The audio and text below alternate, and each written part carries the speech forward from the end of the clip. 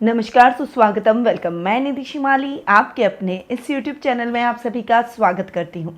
आज मैं आपके सामने सितंबर माह का मकर राशि वालों का मासिक राशिफल लेकर उपस्थित हुई हूँ। और सबसे पहले इस माह के विशेष व्रत और त्योहारों पर गौर करते हैं, क्योंकि इस माह में आ रहे बहुत सारे व्रत और त्योहार। तो सबसे पहले 2 सितंबर को कजली तीज, जो कि सुहागिनों के लिए सबसे बड़ा और विशेष महत्व का पर्व होता है। करवा चौथ की भांति इस दिन भी सुहागिनें निर्जल व्रत रख अपने सुहाग की लंबी उम्र की कामना करती है। तो ये व्रत बहुत ही विशेष है। 7 सितंबर को कृष्ण जन्माष्टमी पूरा देश बड़ी धूमधाम से मनाएगा। 10 सितंबर को अजा एकादशी का पर्व मनाया जाएगा। 18 सितंबर को हरतालिका तीज का पर्व सुहागिनें फिर से बड़ी धूमधाम से मनाएगी। 19 सितंबर को गणेश चतुर्थी का पर्व आ रहा है, जो कि महाराष्ट्र और पूरे देश में बड़ी धूमधाम से मनाया जाता है। 20 सितंबर को ऋषि पंचमी का पर्व मनाया जाएगा। 23 सितंबर को राधाष्टमी का पर्व गोकुल, वृंदावन और पूरे यूपी और पूरे देश में बड़ी धूमधाम से मनाया जाएगा। 25 सितंबर को बाबा रामदेव जयंती मनाई जाएगी और 28 सितंबर को अनंत चतुर्दशी का पर्व बड़ी धूमधाम से मनाया जाएगा। तो ये बहुत सारे व्रत और त्योहारों की श्रृंखला है जो कि इस माह में हमें देखने को मिलेंगे। और ये इस माह को बना रहे हैं विशेष, क्योंकि व्रत और त्योहार ही हमारी पहचान है। इससे हम सेलिब्रेट करते हैं, एक दूसरे से मिलते हैं। कई व्रत त्योहार हमें कई बातें सिखा जाते हैं। चलिए बढ़ते हैं आगे और जान लेते हैं कि ग्रहों के हिसाब से ये महीना किस प्रकार से विशेष रहेगा। सबसे पहले ग्रहों के राजा सूर्य की बात करते हैं, जो कि वर्तमान में अपनी खुद की राशि सिंह में स्वग्रही होकर विराजमान है और 17 सितंबर को अपनी मित्र राशि कन्या में प्रवेश कर जाएंगे। वहीं बुध ग्रह की बात करें तो वे इस पूरे माह अपनी अति मित्र राशि सिंह में विराजमान रहेंगे। मंगल ग्रह अपनी सम राशि कन्या में विराजमान रहेंगे और शुक्र अपनी सम राशि कर्क में इस पूरे माह विराजमान रहने वाले हैं। गुरु ग्रह इस पूरे माह अपनी अति मित्र राशि मेष में विराजमान रहेंगे। वही शनि, जो कि आपके राशि स्वामी भी हैं, वे इस पूरे माह अपनी मूल त्रिकोण की राशि कुंभ में स्वग्रही होकर विराजमान रहेंगे। राहु और केतु की बात करें तो वे दोनों इस माह अपनी सम राशियां मेष और तुला में विराजमान रहने वाले हैं। तो ये है इस माह की ग्रह गोचर की स्थिति का हाल। अब इन ग्रहों की स्थितियों का क्या इफेक्ट आपको अपनी राशि पर सितंबर माह में देखने को मिलेगा, उसके बारे में जान लेते हैं। सबसे पहले मैं आपको ये बता दूं कि ये जो मैं आपको राशिफल दे रही हूँ, ये चंद्र गणनाओं पर आधारित है और आपकी राशि और लग्न दोनों के हिसाब से समान रूप से प्रभावशाली भी है। तो सबसे पहले आपके राशि स्वामी की बात कर लेते हैं, जो कि है शनि। और शनि आपके 2nd हाउस में यानी धन स्थान में स्वग्रही होकर बैठे हैं। आपके राशि स्वामी का अपनी मूल त्रिकोण की राशि में स्वग्रही होकर बैठना, धन स्थान में स्वग्रही होकर बैठना आपकी पर्सनैलिटी और धन भाव दोनों को स्ट्रांग बनाता हुआ दिखाई देगा। धन की कोई भी कमी नहीं रहेगी। रोजमर्रा के लाभ में आप निरंतर वृद्धि अभी महसूस भी कर रहे होंगे और आगे भी इस माह महसूस करेंगे। इस समय आपकी पर्सनैलिटी बहुत ही पावरफुल रहेगी। ईमानदारी के रास्ते पर आप चलेंगे, मेहनत में कोई भी कमी आप नहीं छोड़ेंगे और जो व्यक्ति मेहनत करता है उसे मेहनत का प्रतिफल जरूर मिलता है। परिवार का आपको पूरा साथ और सहयोग मिलेगा। सामाजिक मान सम्मान में बढ़ोतरी होगी।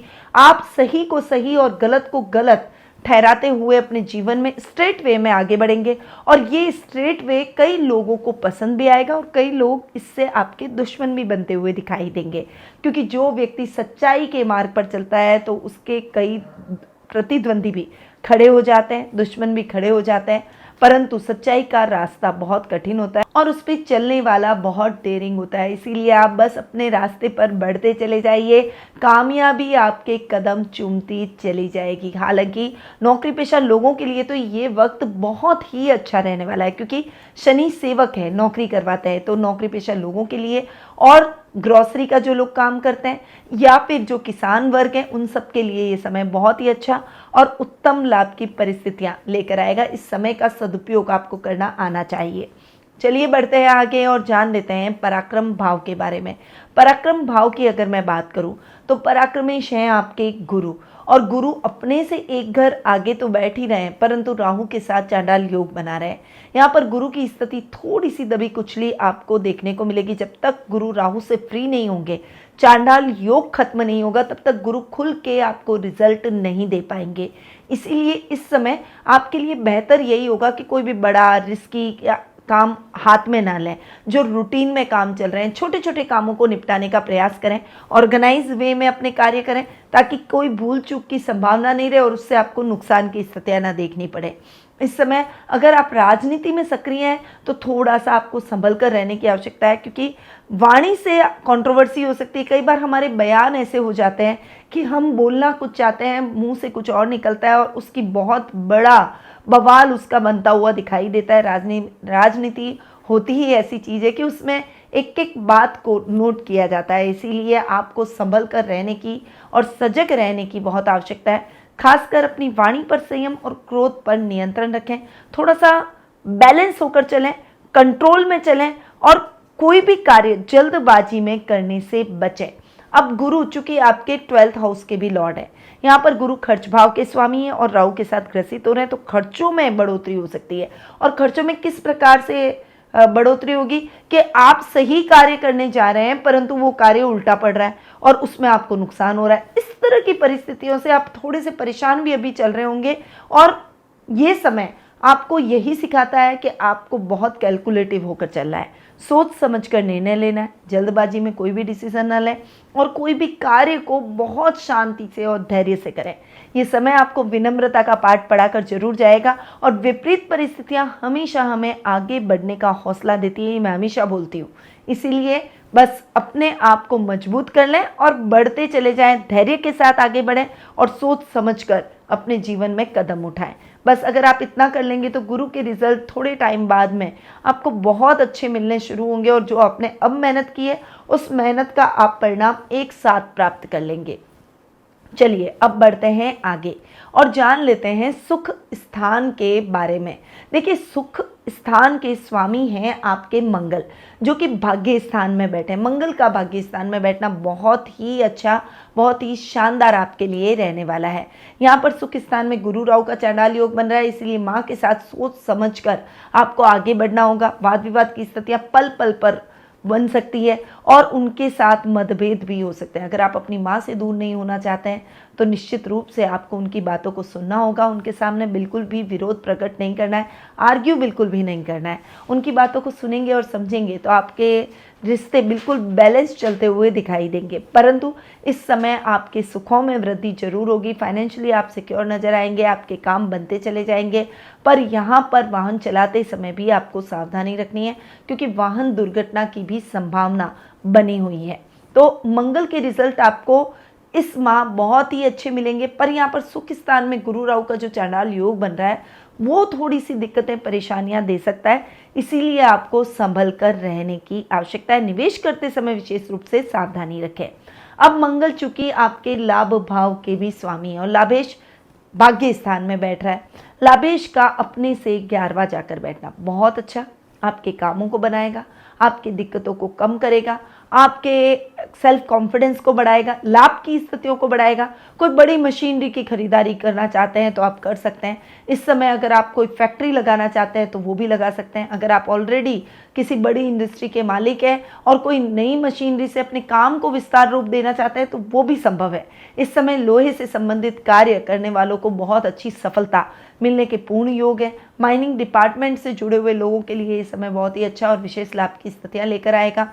वहीं कंस्ट्रक्शन और प्रॉपर्टी डीलिंग का जो लोग काम करते हैं उनके लिए भी ये समय बहुत ही अच्छा और लाभदायक परिस्थितियां उत्पन्न करेगा। तो मंगल के रिजल्ट लाभ भाव के हिसाब से आपको बहुत ही अच्छे मिलेंगे। इस समय आपका सर्कल और लेवल भी बढ़ता हुआ दिखाई देगा। अब आ जाते हैं आपके पंचम भाव पर। देखिए, यहाँ पर आपकी राशि के लिए शुक्र योग कारक ग्रह है, क्योंकि शुक्र आपके पंचमेश हैं और शुक्र आपके कर्मेश हैं, एक केंद्र और एक त्रिकोण के स्वामी हैं। और शुक्र की पोजीशन भी बहुत अच्छी है, क्योंकि शुक्र बैठे आपके 7th हाउस में। पंचमेश का अपने से तृतीय जाकर बैठना आपके करियर में आ रही सभी बाधाओं को दूर कर देगा। खासकर जो क्रिएटिविटी में जुड़े हुए हैं, कलाकार हैं, किसी भी प्रकार की कला से आप अपने जीविकोपार्जन यानी अपने भविष्य को ढूंढ रहे हैं, अपनी प्रोफेशनल लाइफ को ढूंढ रहे हैं, कला से आप अर्निंग करना चाहते हैं, तो ये समय आपको बहुत सपोर्ट करने वाला है। बस एक स्ट्रैटेजी और प्लानिंग बनाकर चल निकलिए, आपका काम बनता चला जाएगा। आपकी पुत्री संतान, कन्या संतान से आपको बहुत अच्छा लाभ प्राप्त होगा। अगर वो आपके बराबर की है तो आपको पूरा सपोर्ट फाइनेंशियली करेगी, और अगर वो छोटी है तो आपको प्राउड फील करवाएगी। तो बेटियों से आपको बहुत अच्छा लाभ और प्रशंसा इस माह प्राप्त होने वाली है। वहीं ये महीना कलाकारों के मान सम्मान और प्रसिद्धि को बढ़ाएगा, और इस समय आध्यात्मिक कार्यों में भी आपका मन अधिक लगेगा। अब शुक्र चूंकि आपके कर्मेश भी है, मैंने आपको बोला कि शुक्र योग कारक ग्रह है, तो दोनों के हिसाब से शुक्र के रिजल्ट अच्छे हैं। पर कर्म भाव में केतु भी बैठे हैं। केतु जहाँ बैठते हैं उसको थोड़ा सा डिस्टर्ब करेंगे, मिसअंडरस्टैंडिंग क्रिएट करेंगे।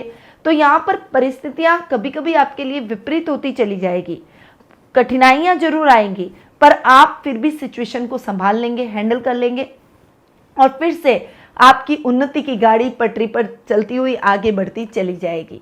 अधिकारियों से मिसअंडरस्टैंडिंग जरूर होगी, पर आप अब उस मिसअंडरस्टैंडिंग को क्लियर करके ही आगे बढ़ेंगे। उनका विश्वास आपके लिए कम नहीं होगा। इस समय सहकर्मियों के साथ भी आप तालमेल बनाकर चलें। कुछ ऐसे सहकर्मी भी होंगे जो कि आपको डिफीट करके आगे बढ़ना चाहते हैं, तो ऐसे लोगों से सावधान रहकर उन्हें कुछ भी आप मत बोलिए, बस भला बुरा कुछ भी मत बोलिए। साइलेंट वे में उनके साथ में एक ट्यूनिंग बनाकर चलते चले जाइए। युक्ति और बुद्धि से काम लेंगे तो किसी भी प्रकार की अड़चन हो, आपकी उन्नति में वो बाधक साबित नहीं हो सकती है। आपको सफलता जरूर मिलेगी। पिता से कभी कभी मिसअंडरस्टैंडिंग हो सकती है, तो आपको बस इतना ध्यान रखना है कि अपने पिता को नाराज ना करें, उनकी बातों को थोड़ा सुने। अगर आपको अपनी बात रखनी है, आपको उनका वे नहीं समझ में आ रहा है, या वो जो बोल रहे हैं वो समझ में नहीं आ रहा है, तो उनकी बात पूरी होने के बाद आप बैठकर शांति से उनसे वार्तालाप करें, ताकि आप दोनों के बीच में एक अच्छी ट्यूनिंग बनी रहे।